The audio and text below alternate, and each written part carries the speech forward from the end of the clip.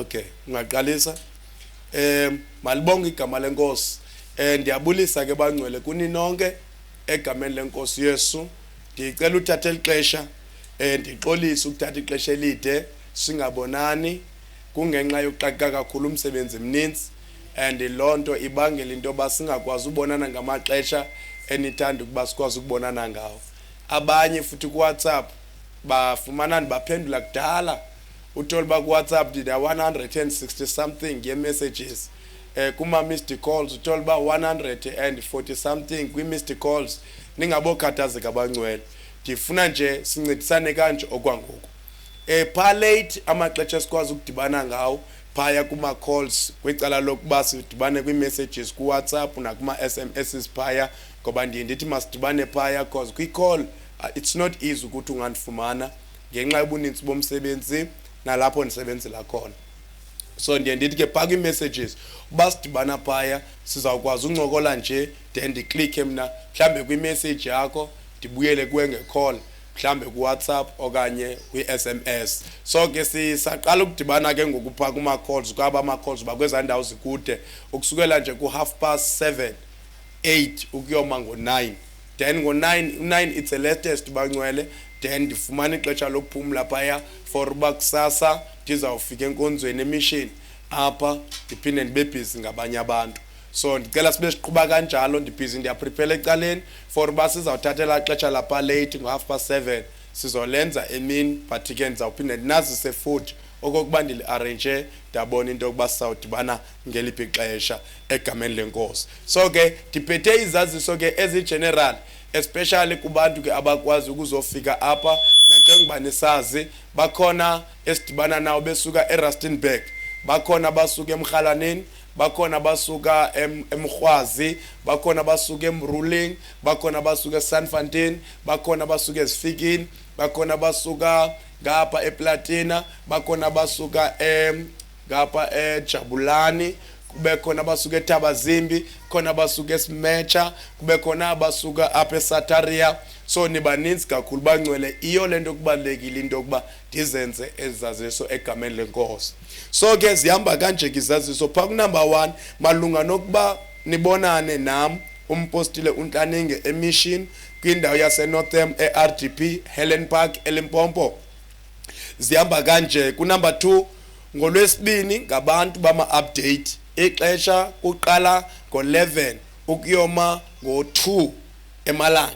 So siqala ngo11 ngicela nikunokutela ukubangcwele because benivamise ukwazi ukuthi siyogqiba phaya ngo3. So manje ndilibulisile ansa stopping ngo3 ndistopa ngo2 o'clock siya stopa khona lapho. Amen.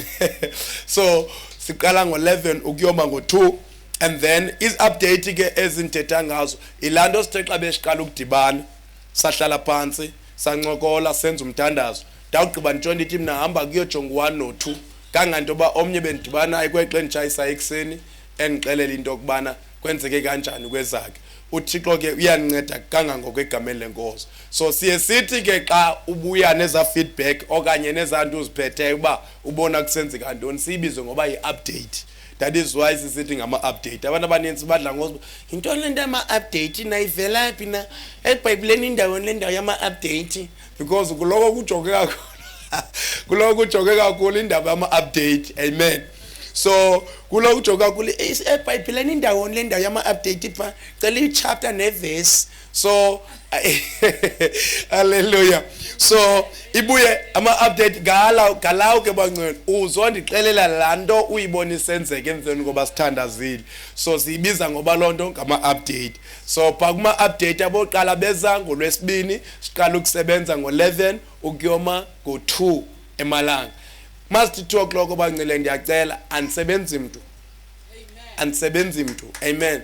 So ngela xesha lafuneke nibe ready for ukubheka emsebenzini and ebantwini abazayo i-latest 11 o'clock maniqala usebenza ngo11 o'clock kukho abantu abangekafiki sebevayeleke ngaphandle bawujonga ixesha elizayo ngoba njengoba ndisebenza ngabantu ndisezawuxela inani labantu endibasebenza ngosuku ngalunye. So make singene futhi pha ku number 3 ngolwesithathu ngabantu abaqala ukuza ixesha kuqala ngo11 ukuyoma ngo2 emalanga. Then ngolwesine kugqibezela abantu bama update ixesha nalapho liqala ngo11 ukuyoma ngo2 emalanga. So ngicela ukuba ndike ngicace kanye kule ndawo kwaba bagqibezela bama update lento ithethe into bana uba uzile ngolwesine unika abanye ichance awuzuza ngolwesine uba uze ngolwesibini awuzuza ngolwesine ngoba sowuzile evekini. So abantu abazayo ngabangekezi kwabona nje phango lwesine siqala usebenza ngo11 ukuyoma ngo2 emalanga. Then ibuye ke ngoku ku number 5 kuzoba ngolwesihlanu. Ngolwesihlanu lusuku lwemfundiso kwabafuna ukukhula enkosini nasezintweni zobukumkani bamaZulu. Ngokwabafundisi ke abakhona apha ekhaya abasebenzayo full time ndiyacela nibe ready pa if you want to grow spiritually egameni lenkosi ndiyacela ukuthi uattend la nkonzo yapha ngo11 bazobe bekhona abafundisi ezinqubeni zonke kuzo zonke insuku every Friday siqala ixesha ngo11 o'clock ukuyoma ngo12 o'clock. Then from 12 o'clock siyathandaza nje phaya siyohlukana egameni lenkosi. Amen. Then masiqhubeke ke sithi phaya ku number 6 ngomgqibelo ngabantu abasebenzayo abangafumani thuba phakathi neveki kunye nabantwana besikolo ixesha kuqala ngo11 ukuyoma ngo2 emalanga. Then ku number 7 ngecawe lusuku lokukhonza kubantu bonke uqala ngo9 o'clock ukuyoma maybe ngo3. It's a suggestion because kuyadependa nakumoya ingcwele. Amen. So and then pa ku number 8 ngomvulo lusuku lokuba mna ndiphumle ke ngoku. Hallelujah. So phaya andisebenzi anymore. Hallelujah. Andazi ke bazalwane hayi mina tata sente kuba no ndiqondile ba mani nganyamezeli. Andazi uthi ndiqondile ba nokwazi uzibamba mina mfundisi ndiyacela hle Nkosi yami okukwamndodwa ke kuba noko ndindodwa akho into ndibona nje. Hallelujah. Ngoku baba kufuneka ngondenza ifavor manje senza ifavor abantanaza nawe xa uphuma naba abanye beqala bevela hayi sibonile tata babakhona noko abahlala ixesha nyaza aqomba nathi usithiqhwi nje elo xesha mangena phakathi tata into enzekayo nansi enye into ebendifuna uyiveza soqala kweza le veki ngapha kalipheleleyo and then kuqala uyawuboba hayi ichanza ayisekho ke ngoku kuzawusetya kucaba kuyasetyenzwa kahle ngolusuku. Amen. Kanti iMonday bangcwele lusuku lokuthi nje ndiphumle. Amen. Kwimisebenzi yonke nje ndiyenzayo ndifumane nethuba lobonda nefamily yami inkosikazi nabantwana egameni lenkosi. Amen. Naxa ke kukhona into ezithile apha enkonzweni ekufuneka ndizithi qhwiqhwi ndiqhawula nazo phaya ukwenze bajema ndisazi sisebenza ngeemachines ezininzi apha senzele basikwazi ba nazo sihlale zibalanced for ukucapture zonke inkonzo zethu esizibambayo apha ekhaya. Amen. And then sibuye size ke ngokuphaya ku number 9 kwinkonzo zonke eziqhutywa ngokohlukahlukana abatsha notata nomama zihlanganiselwe ngolwesihlanu rhoqo ixesha ngo9 o'clock ukuyoma ngo11 o'clock. Yes, ngicela ukuyicaca kancinci le ndaba. Niyayazi ndoba bekukhona inkonzo beziqala pha ngeMonday kukhona la nkonzo yabantu abatsha bebe bahlangane bakhonze. So manje ke siyayimisa la nkonzo kodwa asiyimisi ukuba kuthiwa iyaphela. Sithatha la nkonzo siyoyidibanisa kwiFriday naleya yotata phange Saturday beniyazi uba iba khona nayo siyayithatha sisa kwiFriday. So sizobe sidibana sonke kula nkonzo. Amen. So ke abanenzo fanele bacabangele ngomama. Why omama ndibenzela ifavor yokuthi uLwesine wabo ndingamciki yena? Kungenxa into kubana omama bane responsibility yabantwana.